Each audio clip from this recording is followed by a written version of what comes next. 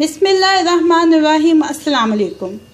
आज की रेसिपी है कोलस्ला। कोलस्ला बनाने के लिए जो इंग्रेडिएंट्स चाहिए उसमें सबसे पहले कैबेज है जिसको कश कर लिया है हाफ कप, कैरेट है हाफ कप, इसको भी कश कर लिया है, 1 टीस्पून लेमन जूस है, 1 टेबलस्पून मायोनीज़ है, 1 टेबलस्पून पाउडर शुगर है, हाफ टी स्पून सॉल्ट है और half tea spoon fresh black pepper है क्रश।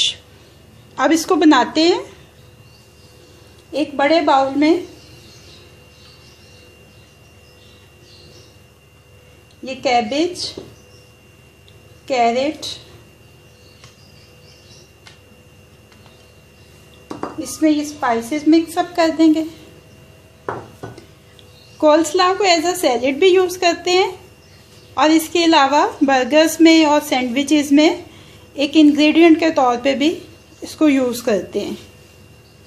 अच्छी तरह से मिक्सअप करने के बाद इसमें थोड़ा सा लेमन जूस ऐड कर दें।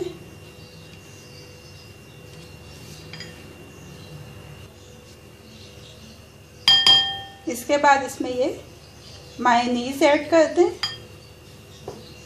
और इसको अच्छी तरह से मिक्सअप कर लें। एक इंग्रेडिएंट मिस हो गया था, इसमें 1 टेबलस्पून बटर मिल्क भी ऐड करेंगे।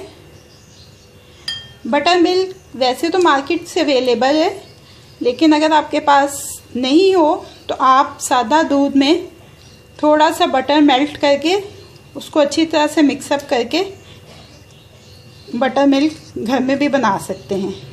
ये देखिए कोलस्ला रेडी हो गया। अब इसको डिश आउट करते हैं।